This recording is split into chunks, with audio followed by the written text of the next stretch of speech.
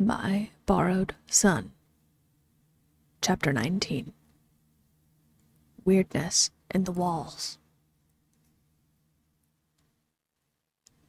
For the past 2 weeks, persistent thoughts continued to nag at the young teen.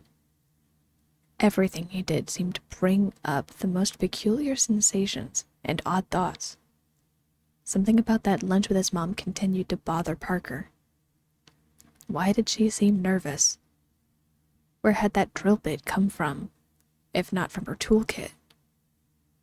Did Parker really see a shadow that night when the power in his miniature house started flickering? The whole thing felt surreal. Confusion clouded every thought and made everything feel off. The entire time, the little boy found himself drawn to the curiousness of the wall. Parker knew, as well as any young boy, how houses were constructed.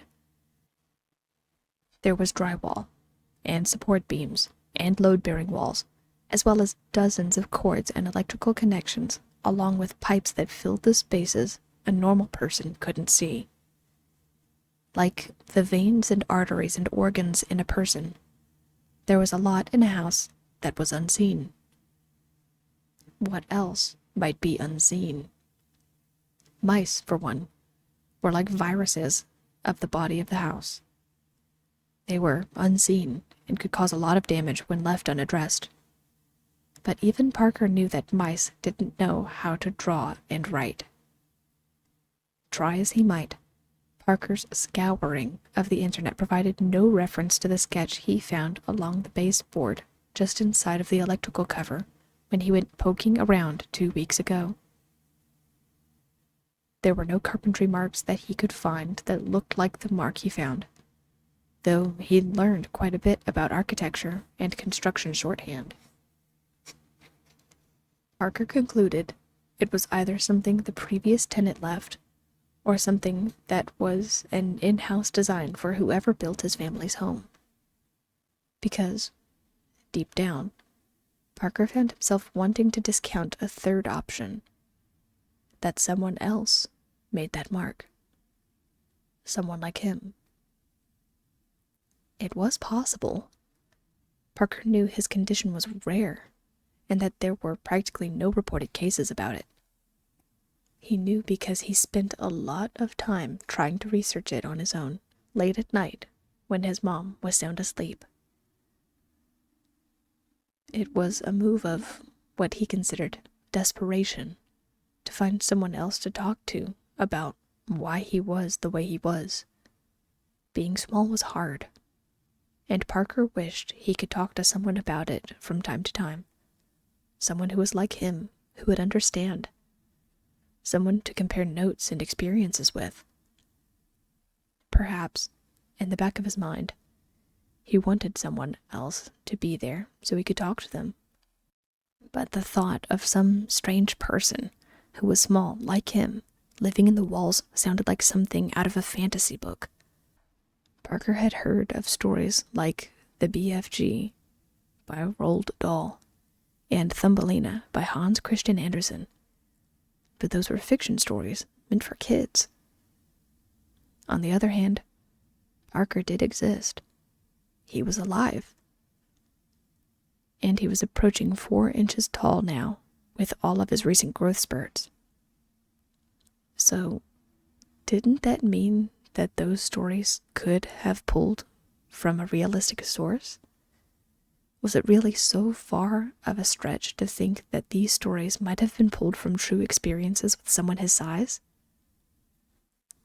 These thoughts were keeping Parker awake at night and distracted during the day. It was really bothering Parker.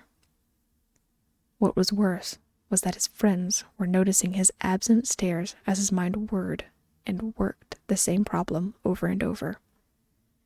It felt like kneading the same ball of dough as it deflated, only to rise again. Parker tried deflecting the issue continually, making the excuse that he was tired after finals, and that he had a bunch of projects he was working on.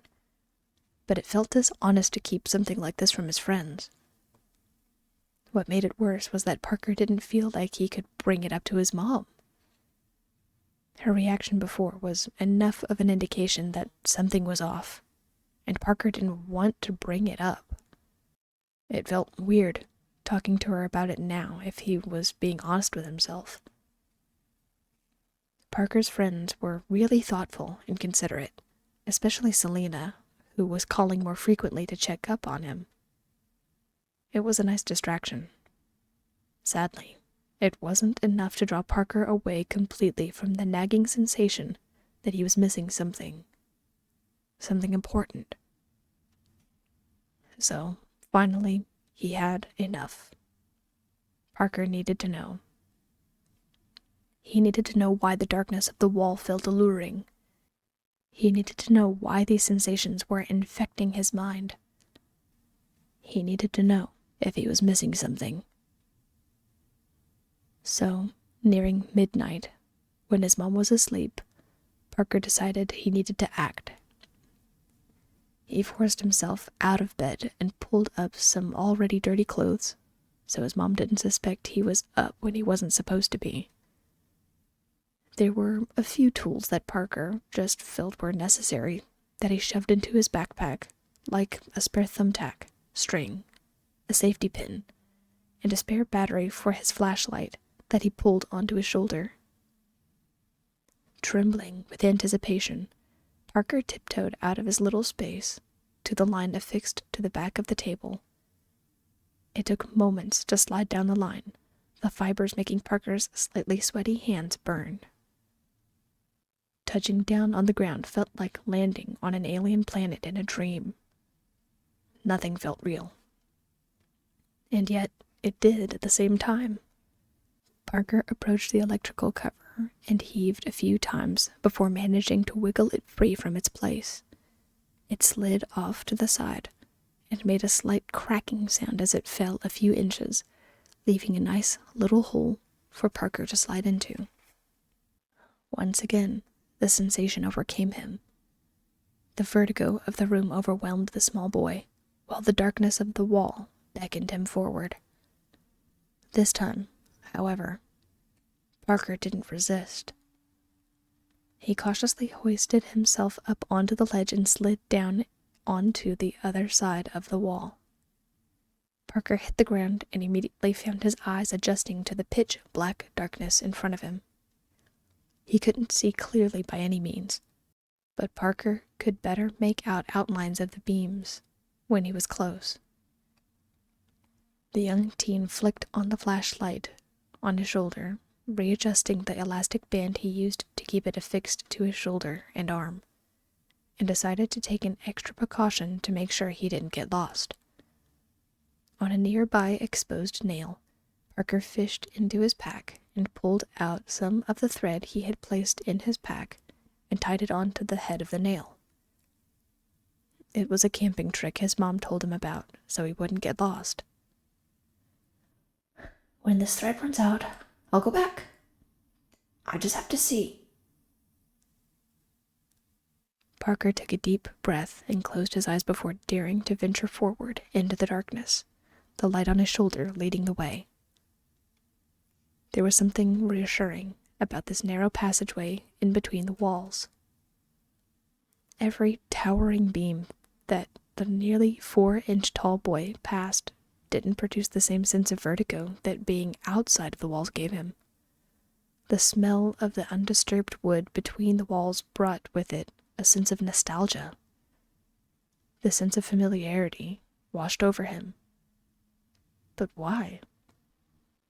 This was only the second time he had dared to peek inside the walls, and this was the first time he ventured forward into that darkness. Every step felt amplified, like the noise itself of his footsteps could bring down the walls themselves. The thumping in his chest, however, made the little crunch of dust and debris under his feet seem like a whispering wind. Nauseous and shaking, Parker dared to press forward around the corner and along the next portion of the wall. Every few inches, Parker paused and looked around for any additional markings or signs of something, anything that would have caused that shadow. Every nerve and fiber of his being felt electrified, buzzing with anticipation. Parker didn't know if it was fear or excitement that was making his body tremble and shake. He wasn't sure how long he had been in the walls. Probably an hour, maybe more, perhaps it was less. Every step further brought curious thoughts and sensations to Parker's mind that felt familiar and alien all at once. Where were these sensations coming from, and why was it happening now, while exploring the weird space between the walls? Nostalgia was the general sensation that filled Parker, but it didn't last for long. His nerves were completely and utterly on edge. Every little sound he made by rustling his bag or crunching over long-cut drywall made his heart skip a beat. It wasn't until he felt a little tug on his line that made his heart jump into his throat that he paused, stopped dead in his tracks. He whipped around and pointed the flashlight back toward the path he just left from. Some weird form of hyperventilation took over his breathing as Parker continued to shake. Did that just happen? Did his line just jolt on purpose? Did something just pull on his line? Someone? Hello? Parker called as he dared to take a few steps back along the path he just walked. He glanced down and noticed that there were no footprints behind him, just the line extending into darkness. Hello? Parker called again, this time a bit louder. His mouth felt like it had been stuffed with cotton. It was dry and ragged. Fear was starting to take over. Wait. Calm down. Check your thread. You might be out. That might have been the yank. Parker crouched, not breaking eye contact with the darkness and the line right behind him, as he reached into his backpack and felt the spool of thread he brought with him. His hands were shaking terribly as he pulled out the cylindrical piece of plastic. To his complete and utter relief, Parker saw that the little knot he tied in the end was the only thing left on the spool of empty thread. The sigh of relief that came out of him made his shoulders collapse in on themselves as he hung his head in disbelief. It's out. That's all. The ink was the end of the thread. Parker knew his promise to himself, and now that the spool was out, he realized he needed to return. While the darkness in front of him compelled the young teen forward, Parker felt his mind beginning to tire, and his reasoning returned. He gazed out at the darkness and felt something deep inside him stir. It was the same place in him that flinched away when his mom reached down to pick him up off of the floor. It was the same place that compelled him to climb and jump from high places. It was the same place that urged him to hide when he felt the ground tremble with the footsteps of his mom. It was some strange part of him that, for one reason or another, wouldn't be quiet. It wasn't logical. It didn't make sense. And that was what Parker decided to believe. All of those strange sensations had to be because of his condition. And the jumpiness of his mother had to be related to stress from her work. It had to be. It was ridiculous for him to believe someone would be living in the walls. How could they live in the walls? How would they cook and store food? What would they use to sleep if they didn't have beds? Also, if they had his condition, wouldn't they be with someone who could help them perform everyday activities? Parker chuckled to himself as he hoisted the pack back onto his shoulders and began reeling the thread back onto the spool while retreating back to the original electrical cover. He felt completely foolish that he had even considered someone living in the walls, especially undetected. The drill bit he found must have been tucked away in his mom's kit. Surely, that was the answer. The stress of finals and his imagination running away with him had to have been the culprit. Deciding he needed a little more sleep and a bit less exciting television and stories before bed, Parker ventured back outside of the walls and shimmied back up the line toward his home. The bed that awaited him was a welcome sight. So, after slipping off his dusty clothes from his misadventure, Parker slid into bed and let his mind quiet for the first time in the past few weeks. Perhaps it was better Parker didn't venture beyond the furthest corner. Perhaps it was best he didn't look up into the rafters and ridges far beyond.